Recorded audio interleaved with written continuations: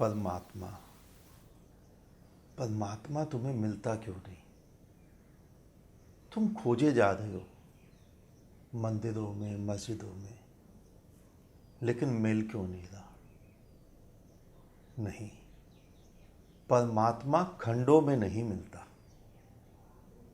तुम्हारा ही तो श्लोक है कि वो पूर्ण है। वो पूर्ण है तो पूर्ण में ही तो मिलेगा, और तुम उसे खंडों में खोजे जा रहे हो। यहां हो क्या रहा है? तुम्हें वो मिल क्यों नहीं रहा है? क्योंकि वो छिपा है अपनी ही पूर्ण समग्रता में, उसके ही रचे हुए पूर्ण अस्तित्व में, और तुम उसी पूर्ण के खंड खंड कर रहे हो। बस यहीं चूक जाते हो। देखो तुम करते क्या हो।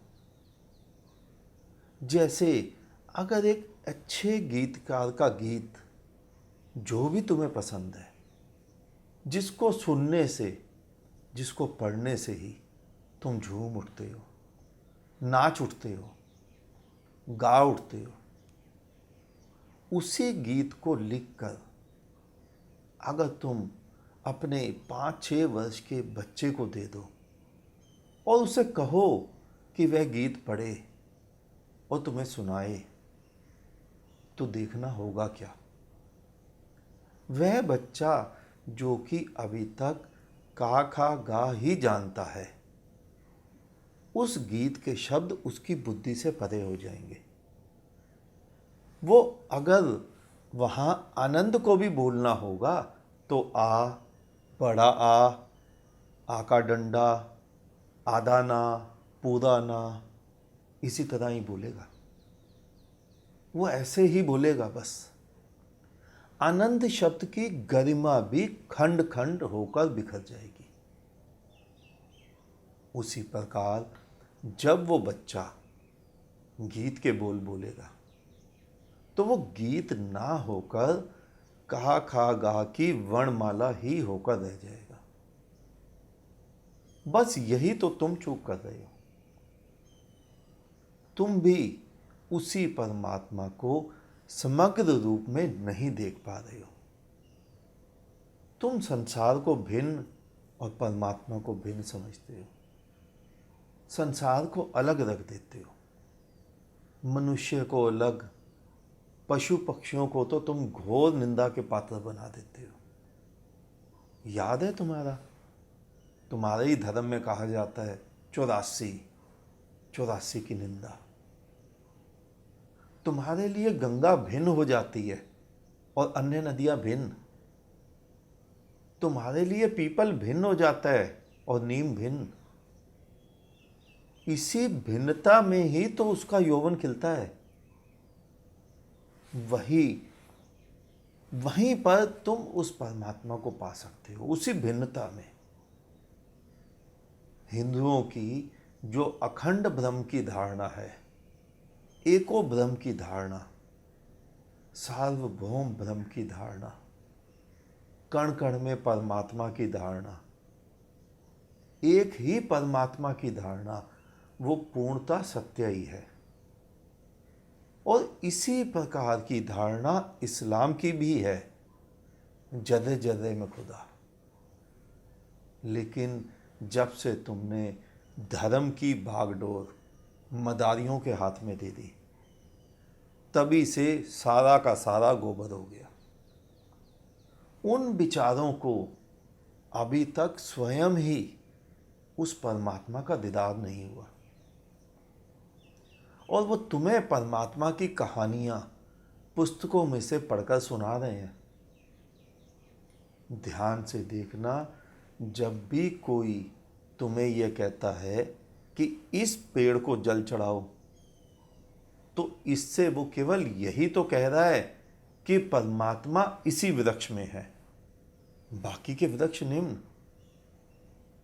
जब कोई ये कहता है इस धर्म स्थल में जाकर माथा टेको, तो वो यही तो कह रहा है कि अन्य स्थानों से परमात्मा का कोई भी लेना देना नहीं है।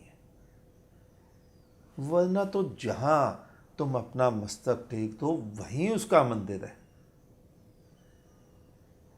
और तुम किसी मंदिर मस्जिद में जाकर माथा टेकते हो, ऐसे भ्रम में मत रहना। नहीं, तुम कहीं भी सिर नहीं टेकते। अगर तुम सिर टेक ही देते तो फिर मस्तिष्क कभी भी ना उठता। लेकिन देखो जरा स्वयं का मस्तिष्क, जो दूसरे धर्म वालों के सामने कैसे अकड़कर उठ जाता है। परमात्मा का अस्तित्व, परमात्मा का अस्तित्व तो कण कण में है। लेकिन जब तक तुम उस पूरे के पूरे परमात्मा को पूरे के पूरे अस्तित्व के रूप में देखने की कला ना सीख लो, तब तक तुम उसे देख नहीं पाओगे। सोचो, एक वो बगीचा है जहां तुमने अपनी पसंद से 2-4 प्रकार के वृक्ष पौधे लगाए हैं, जैसे पीपल, तुलसी, बड़ आदि। और दूसरी तरफ वो जंगल जहाँ सभी प्रकार के वृक्ष हैं। उसमें पीपल वृक्ष भी है, आम, जामुन, बड़, नीम, छोटे छोटे पौधे, बड़े बड़े वृक्ष, कुछ फलदार, कुछ फूल लगे हुए, कुछ हरे, कुछ सूखे हुए, कुछ के ऊपर पत्ते भरे पड़े हैं और कुछ के नीचे पत्ते गिरे पड़े हैं, सूखे पत्ते, जो हवा के साथ बहते हुए मधुर ध्वनि कर रहे हैं। ध्यान से देखो कौन सा सुंदर है, कौन सा बगीचा अपनी पूर्ण समग्रता के साथ खिल रहा है। तुम्हारे किसी शास्त्र के पढ़े लिखे धार्मिक व्यक्ति से पूछोगे तो वो कहेगा कि शास्त्रों में पीपल और तुलसी लिखा है, इसलिए उसके स्वयं के द्वारा बनाया गया बगीचा ही अच्छा है, पीपल और तुलसी का। लेकिन जरा अपने स्वयं के बोध से तुलना करना। जब वर्षा आएगी तो मोर उसी जंगल में भागेगा जहां जहां भिन्नता है, उसी में कोयल कूकेगी, उसी में कौवा अपनी वेद ध्वनि गाएगा, उसी में चिड़िया चहकेगी, उसी में भोरे गीत गाएंगे, उसी में तितलियां नाचेंगी। उसी अस्तित्व में पूरा पूरा अस्तित्व स्वयं आकर शामिल हो जाएगा। तितलियां, भोरे, कोयल, कौवा, मोर वो भेद ना करेंगे कि ये जंगल का बगीचा है और वो तुलसी का बगीचा है, कि मुझे तो पीपल पर जाकर ही बैठना है, क्योंकि उन सभी ने अभी तक तुम्हारे शास्त्र नहीं पढ़े। बस यही चूक तुम कर रहे हो। गीत तभी तक गीत है जब तक तुम उसके खंड खंड ना कर दो। खंड खंड होते ही वो गीत ना रहेगा, वो वर्णमाला हो जाएगी। परमात्मा तभी तक परमात्मा रूप में तुम्हें दिखेगा जब तक तुम उसे पूर्णता में देखो। खंड खंड होते ही बिखर जाएगा, तुम उसे पहचान भी नहीं पाओगे। फिर तुम यह सोच बैठोगे कि परमात्मा नहीं है, खुदा नहीं है। नहीं, ऐसा नहीं है। जब भी तुम उस परमात्मा को, खुदा को देखने में असमर्थता पाओ तो यही जानना कि अभी तक तुमने अपनी आंखें नहीं खोली है। जिस दिन तुम्हारी आंखें खुलेंगी तुम उसे स्वयं के सामने उपस्थित पाओगे, वहीं नाचता पाओगे। तुम जब बड़े हुए तुम्हारे सामने परमात्मा को थाली में परोसकर प्रस्तुत कर दिया गया। तुम्हारे घरों में तुम्हारे धर्मगुरु आते होंगे, उन्होंने तुम्हारे सामने परमात्मा को थाली में परोसकर प्रस्तुत कर दिया और उन्हें पता था कि ये परमात्मा है। इस भूल में भी तुम मत रहना, उनको भी थाली में ही परोसा गया हुआ मिला। हो सकता है उनको वो थाली किताबों के रूप में मिली हो। नहीं, बिना खोजे जब भी तुम्हें वो मिलेगा तो तुम्हें उसी एक एक खंड के रूप में बिखरा हुआ मिलेगा और तुम उसे पहचान नहीं पाओगे, पूर्ण नहीं मिलेगा। आज मंदिरों मस्जिदों में तुम एक एक खंड में परमात्मा को खोज रहे हो, इसीलिए तो तुम्हें नहीं मिलता। तुमने एक मूर्ति बना ली, एक खंड बना लिया, बिना खोजे जब भी वो मिलेगा इसी प्रकार तुम्हें भ्रमित करता रहेगा।